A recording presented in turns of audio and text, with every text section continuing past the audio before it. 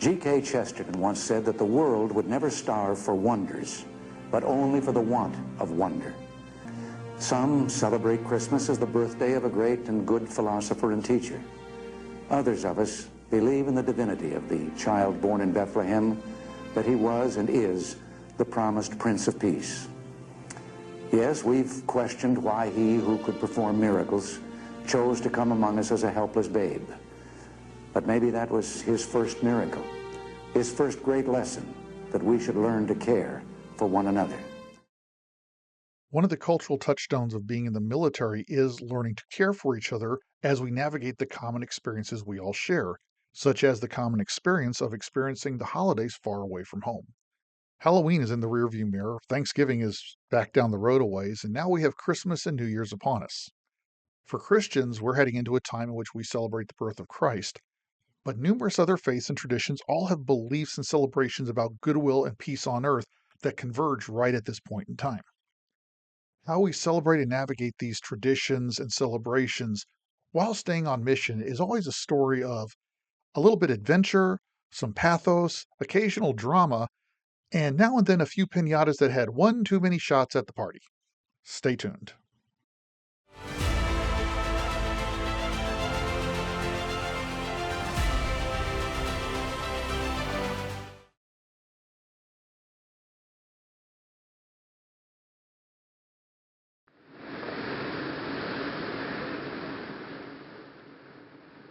In 2008, I've been in the Navy a year. It's my first time coming home for Christmas. And we lied and told my grandmother that I was not going to be able to make it home. So we always have a big Christmas with, all my aunts, uncles, cousins. We have a big family. And so my cousin was hosting it. I call from the driveway to let my grandmother know I couldn't make it back.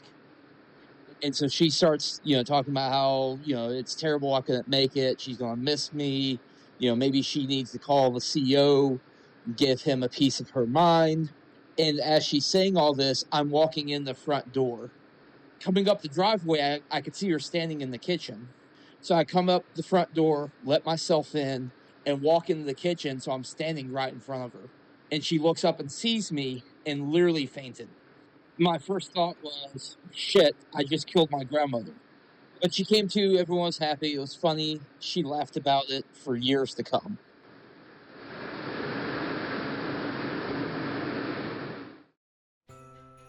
Mele Kalikimaka, Feliz Navidad, Merry Christmas, or for my friends in Britain, Happy Christmas. Welcome to Pierside here on Sparks 1524. I'm Nathaniel Miller. Christmas time is upon us. Well, it's Christmas time for Christians, but the holiday season for everybody. For those of us who've been in the military, whatever your branch, the holidays are a very unique experience. Bittersweet is often used to describe it because more often than not, we're away from home, away from family and friends, serving at some far-flung base or ship. It could be here in CONUS. CONUS is military shorthand for the continental United States. OCONUS is outside the continental United States. Once in a while, of course, we get to take leave and come home, but most of the time we are somewhere else, either in CONUS or overseas or on a ship. There is a strange aspect to this. On one level, it's a very exciting time because we're getting to see the holidays. We're getting to experience another culture's celebration of these holidays. It could be other parts of our own country or, of course, foreign nations. But at the same time, we're also experiencing that homesickness, that sense of mom and dad and brother and sister. Everybody back home is doing our traditions and I'm over here. So it is a bittersweet experience, and this gets more poignant when the situation is not peaceful. Translation, you're engaged in hostility somehow, or you're living through a natural disaster. But the holidays are still the holidays, and we generally, most of the time, we're able to find a way to celebrate, even if it isn't as spectacular or traditional as we would like. For this Christmas episode of Pierside, I thought it would be an interesting, edifying, and generally kind of fun time to talk about some of the holidays in uniform I experienced and some of my shipmates and friends experienced. I've got 3 or 4 that I specifically want to talk about. 1998, 2001, 2002, and 2010. Those are the 4 holiday seasons that kind of really stick out more than any other, specifically 2001 and 2010, but I'll tell you those stories here in a few minutes. I also got some of my shipmates and friends to contribute their own memories and their own thoughts and their own traditions so you can get a better idea of how we look at the holidays and what we have found that we all can do to make them meaningful for us and those around us. So grab your popcorn, grab your hot apple cider, put on a couple of Christmas carols, and let's go take a look at holidays in uniform. My first holiday in uniform was actually the day I left boot camp. I discussed this in my previous Pierside episode, and so it begins. I left boot camp on Thanksgiving Day, 1997. I knew it was Thanksgiving Day. We all did as we're packing up our sea bags and going to get on the bus to the airport or the bus to our various schools. For me, it was the airport. But we're really busy. We're excited. We're leaving boot camp. We're in uniform. We're now United States sailors. And then I got to O'Hare Airport and called home. It didn't bother me until I got on the phone at O'Hare waiting for my flight. I called home, talked to mom and dad, heard my brother in the background, heard some family friends, and the proverbial lead weight just right into my stomach. I grew up in the Air Force, and my dad was gone a few times on remote assignments over the holidays. But that was Dad. I was always home with Mom and my brother and our local community. Even when I was a kid and we lived in the Philippines for 4 years, my dad was stationed at Clark Air Base. Yes, we're overseas, but my brother and I were still with our family, our parents. So we're seeing the holidays in the Philippines as the Filipinos celebrate Christmas and New Year's. But our nuclear family was still together, so our family traditions were still in play. Now suddenly in 97, the wheel had turned around and I'm the one in uniform about to go somewhere else. So that was my very first holiday in uniform. My first holiday overseas was in 1998. I was stationed at Fleet Air Reconnaissance Squadron 2, or VQ2, in Rota, Spain. So as a Roman Catholic, an American Roman Catholic, getting to see Christmas celebrated in Spain was a very unique experience. It was a lot of fun. And of course, we had our Thanksgiving celebrations on base, had Christmas and New Year's, very Spanish style in many ways. And obviously it was bittersweet. This was my first time overseas by myself. I'm in that proverbial foreign country getting to see how they celebrate it, especially since they're fellow Roman Catholics. But everybody else is back home in Florida. And that's one of the ironies of this. I am an inveterate photographer. Being a squadron shutterbug so much that every time I took a morale trip, I just went out in the evening to walk around Rota. I was photographing everything. I would bring my camera on base, onto the flight line with permission and photograph our squadron. I was such a shutterbug that they put me out of admin into the public affairs office, and our commanding officer, Commander Scorby, who later retired as a rear admiral, recommended I go to photo school and become a photographer's mate. So all that photography is happening. And in the couple of years I was in Spain, I took exactly 1 photo at Christmas. The only photo I took of any local Christmas decorations or celebrations was a big lighted Feliz Navidad the town of Rota had strung up over one of the roundabouts near the base. I can't say I don't know what I was thinking, because clearly I wasn't thinking anything about taking pictures of all this. I'm photographing everything else, but I don't photograph Christmas. I believe it was last year's Christmas episode, I talked about the fact that despite being a photographer, despite teaching it, I didn't really start photographing Christmas lights myself in mass until about 2013 or 14. So it's just, so I've got exactly 1 photo from my first command at Christmas time overseas. But darn it, it's a good photo because I took it.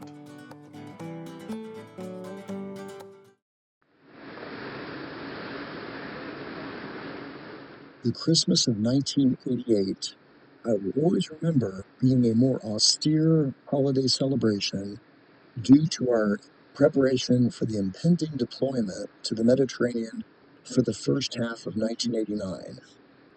We would depart from Norfolk Naval Base for Morehead City, North Carolina, to unload our U.S. Marine Detachment MSS G22 for the deployment called MARG 189.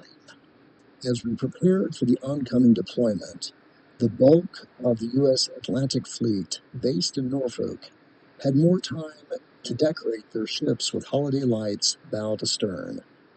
The recently recommissioned battleship Wisconsin most notably decorated her Mark 7 16-inch 50 caliber rifles as giant candy canes that easily outclassed smaller combatants that still displayed the holiday spirit.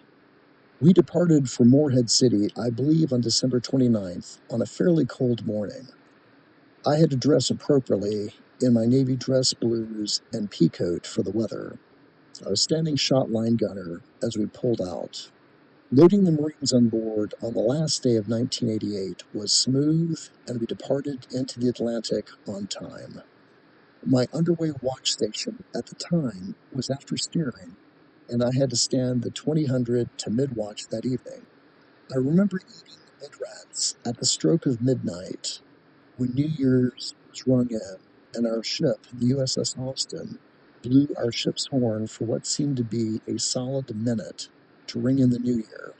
But then again, so did all the ships in our amphibious ready group. It was like we were calling out to the Med, we were on our way.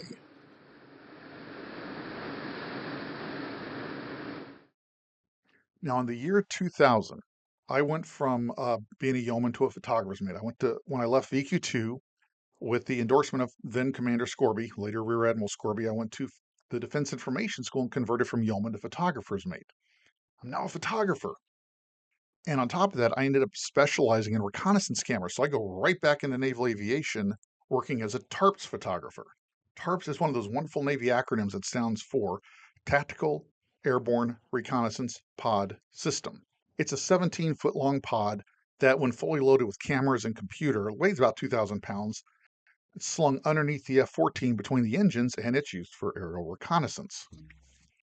Now, the Navy being the Navy, we also, us photographers, were given the Lantern Pod, low altitude navigation targeting infrared for night. Has nothing to do with photography. It's infrared video, which is a whole different capture system than the optical stuff I trained on. Plus, it puts out the laser that the laser guided bombs would follow to the target. But they gave it to us. That was a 6-foot long pod, went under the wing of the F-14. So I'm back in naval aviation. Now I'm still carrying a camera in my tool pouch all the time because I'm a shutterbug. But my job was maintaining aircraft cameras and helping launch fighters off a flight deck. Which brings me to the Christmas of 2001. And if the year 2001 strikes you for any reason that has to do with the specific date of September 11th, then you kind of know where I'm starting to go with this. VF-213 was part of Carrier Air Wing 11. We were deployed aboard USS Carl Vinson, CVN-70. We began our deployment in July, had a port call in Thailand, port call in Singapore, and then we were heading to the Arabian Gulf or Persian Gulf, pick your name. Interestingly enough, a couple of the morale trips that were planned around Thailand, including one I was going to take to Bangkok, got canceled because of unspecified chatter about terrorist threats against Americans. That's called foreshadowing. We're 2 days out from the Persian Gulf when 9/11 happens. Watch it all on TV, watch the towers come down, the Pentagon get hit, the story about the plane that went down in Pennsylvania because the passengers fought back and were the first heroes of that horrible time. We never went in the Arabian Gulf. We stayed in the Arabian Sea, and VF-213 led the first manned Navy strikes of Operation Enduring Freedom. We rotated out after Thanksgiving in December to start coming home. We were relieved by USS Theodore Roosevelt, CVN-71. We originally, before 9/11 happened, we were going to be going to Australia for Christmas. So all that's canceled. We go back to Singapore. Now we're hearing in the news, open source news, all these terrorist threats still coming against Americans, especially in Singapore. Kidnapping gangs, bomb threats against places we're going to congregate, like the bus station where the Liberty buses pick us up and drop us off. Wondering, why the hell are we going there if there's all these threats? Well, our skipper at the time was Commander Anthony Gandhi Gayani, later Rear Admiral Gayani. He was a great skipper. We all had a lot of respect for him. And one of the reasons we respected him was he had a habit of just spending hours walking around the ship, talking to all the enlisted folks, as well as, of course, mentoring and leading his officers in the wardroom. So before Christmas, as we're pulling into Singapore, he's walking around the ships, and I'm one of those sailors that when he comes to my shop, I ask him, "Sir, if there's all these threats happening, why are we going to Singapore instead of back to Hawaii or San Diego or even Bremerton, where we'd be safe in U.S. territory?" And Skipper Guyani looked at me and said, "I don't have an answer for that. It's not a good answer to say, but you are free to stay on the ship if you don't feel safe. But I don't have an answer about why we're not going elsewhere." Now, I was old enough. I joined at 25. So at this point, this is 2001, I'm now 30. I'm old enough and experienced enough to know that he truly didn't have an answer. He did not know. Well, not that he didn't know. He couldn't say anything else. He's the commanding officer, but he can't. So he cannot tell us, "I think the Navy's being stupid." He can't say that, and he's not going to. Christmas was actually pretty good. My shop shared space in another shop with another maintenance division that worked on F-18 reconnaissance and targeting pods. So I ended up going out with a few of them for Liberty over Christmas. We went to Sentosa, which is a small island just off Singapore. Beautiful little island. Got a huge statue of the Burr Lion, which is Singapore's symbol. And on Christmas Day, one of the things we did was watched a dolphin show with pink river dolphins from China.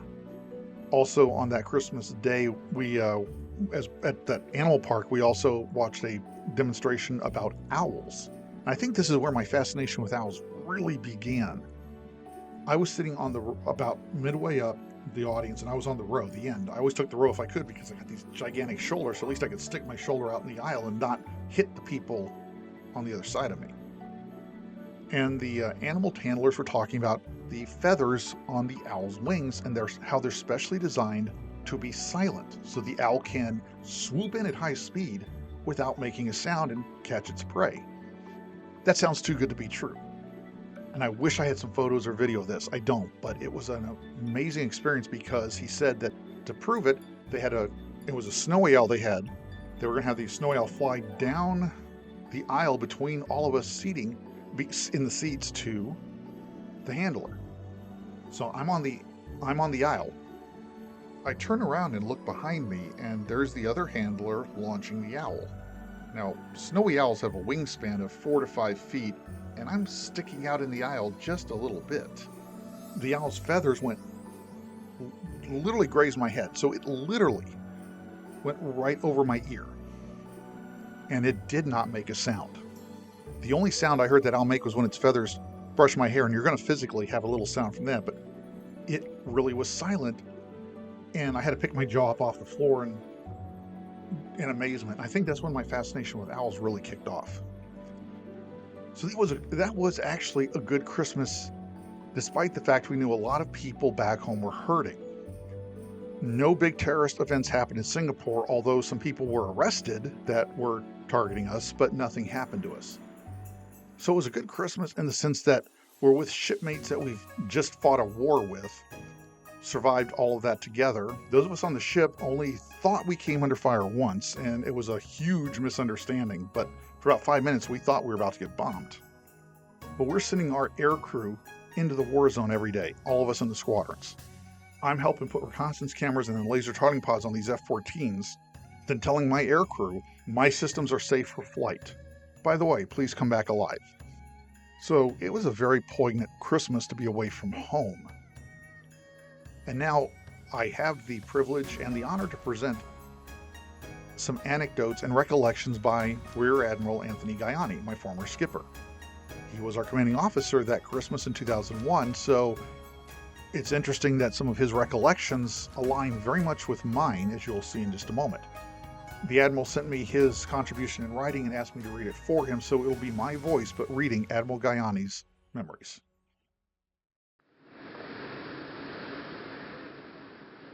We left the combat line off the coast of Pakistan in mid-December 2001, heading for Singapore. We had been in near constant combat for 67 days, and all of us were proud, but tired, very tired. I remember one of our AOs loading bombs on my aircraft with tears running down his face, not from fear or sadness, but from exhaustion. I remember nights coming back from leading air wing strike missions, leading the whole CAG in fact, and by the time I got done with intel, maintenance, and debrief, I had 2 hours left before briefing time for the next day's mission. As I said, we were proud but very tired. Once our replacement carrier arrived, we began to steam east, and if it were up to me, unfortunately it wasn't, we would have gone straight home. Instead, we headed to Singapore for Christmas, and we really made good speed. In the meantime, we caught up on sleep, much-needed maintenance, and, for me at least, mountains of paperwork that had been put aside while in combat operations. The ship's TV carried near-constant briefings of the terrorist threat in Singapore. The night before we pulled into port, I walked the shops as I often did. It was my job as skipper to reassure the squadron that everything is just fine. Only I found I got as much reassurance that we would be okay from everyone I met as I was trying to give them. Though it could take 4 hours at a time to walk the shops, I enjoyed it.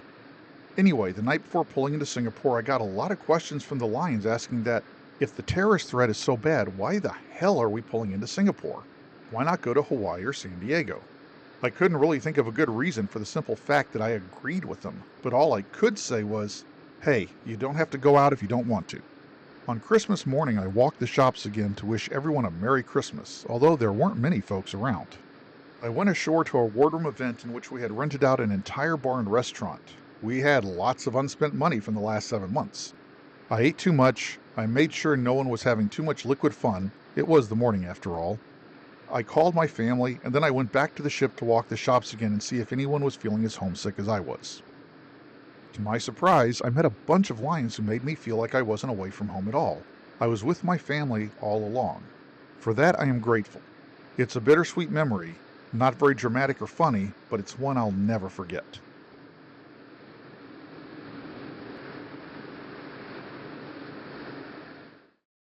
Another shipmate who has an interesting perspective on that 2001 Christmas in Singapore is former photographer's mate second class Christy Robinson. She was part of the ship's company, not VF-213, but I got to know her and the gang down in the ship's photo lab because I spent a lot of hours there during the week when I wasn't working. I needed to keep my own lab skills sharp because this was back in the day of wet film. Christy and the lab gang went on a different adventure for that Christmas, so she was in Singapore proper. But she also had an anecdote to share about her very first Christmas underway, which was back in '98. Christy was busy taking care of business up in Washington State, where she works, among other things, as a freelance photographer, so she asked me to read her story for you. I now present you, former photographer's mate second class, Christy Robinson.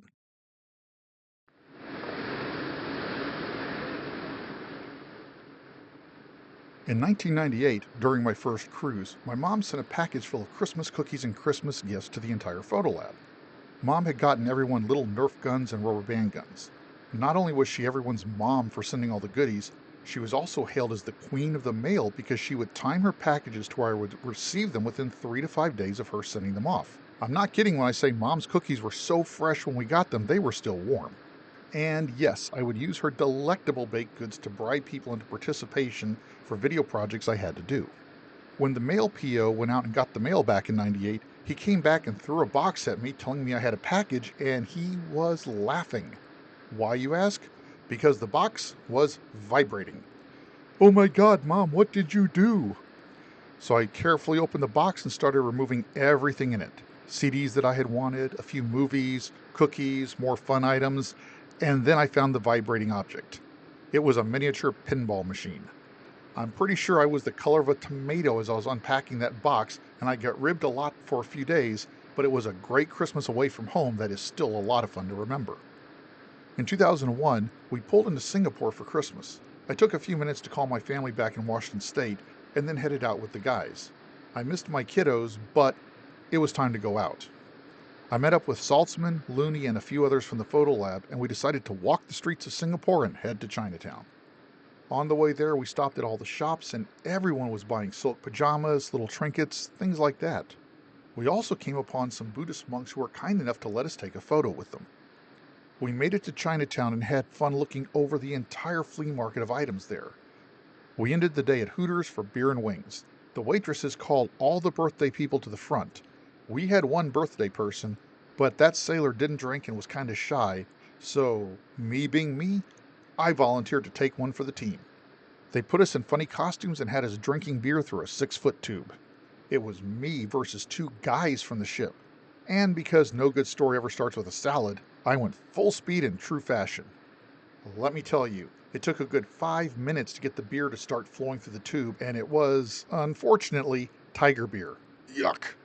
But I digress. Once it was flowing and I was breathing through my nose while ingesting this beverage, slowly my 16-ounce beer started to drain. Everybody was yelling, "Chug, chug, chug, chug." The two guys on either side of me finally got their beer going, but I was getting close to the bottom of my glass. The guy on my right decided to cheat. He tossed his tube and started chugging the beer from the glass. Ever the one not to fail and let down the photo lab, I drained my glass before he finished and I won the contest. However, walking back to the table, I knew I had to excuse myself. You see, I'm a classy sailor, so I politely walked to the head so I could burp in private. I came back to a table full of beer and cheers from my friends because we had a table full of full beer after that. It was definitely another memorable Christmas underway.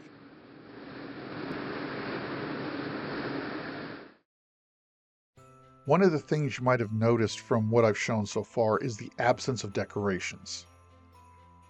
When you're in the military, you're going to be in a position, both professionally and personally, where you are around many different cultures that celebrate the holidays in different ways, if they celebrate them at all.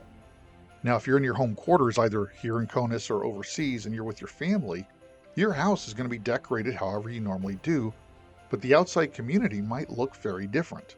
If you're in the barracks or aboard ship, it's going to be a whole different world. Yes, aboard ship, we do put up Christmas trees and wreaths and stockings and holiday lights, but it's a warship. Those holiday lights are strung up against a background of overhead piping and cable bundles and a thick layer of dust. Trust me, no matter how much we dust up there in those high spaces, dust just magically appears overnight, and by the next day, that dust magnet is full again. Those overheads are a nightmare. If you're in a place like Kuwait or Bahrain, a Muslim country, they don't celebrate Christmas at all because it's a whole different faith. So finding ways to find meaning in Christmas when the feelings may not be there because the traditions you're used to don't exist around you is an important challenge, but it's one that can help you to develop a deeper appreciation for what these holidays mean. For Christians, of course, no matter how we feel or don't feel, remembering that the birth of Christ that we're marking is one of the two seminal foundational events of our faith. The birth of Christ at Christmas and the resurrection at Easter. Finding something you can hold on to that has meaning even when the feelings aren't there is a unique challenge. Sometimes you develop that appreciation just because you put your mind to it and you intend to enjoy every minute of this, knowing that this military adventure is just a part of your life and you'll be going back home one day. Sometimes you have events in the middle of it that will kind of force you to realize you need to focus on what's important because the typhoon wiped out everything else. Until we meet here again on Sparks 1524 for part 2 of Holidays in Uniform, I hope you have a great week, be safe, Merry Early Christmas, and go do some great things.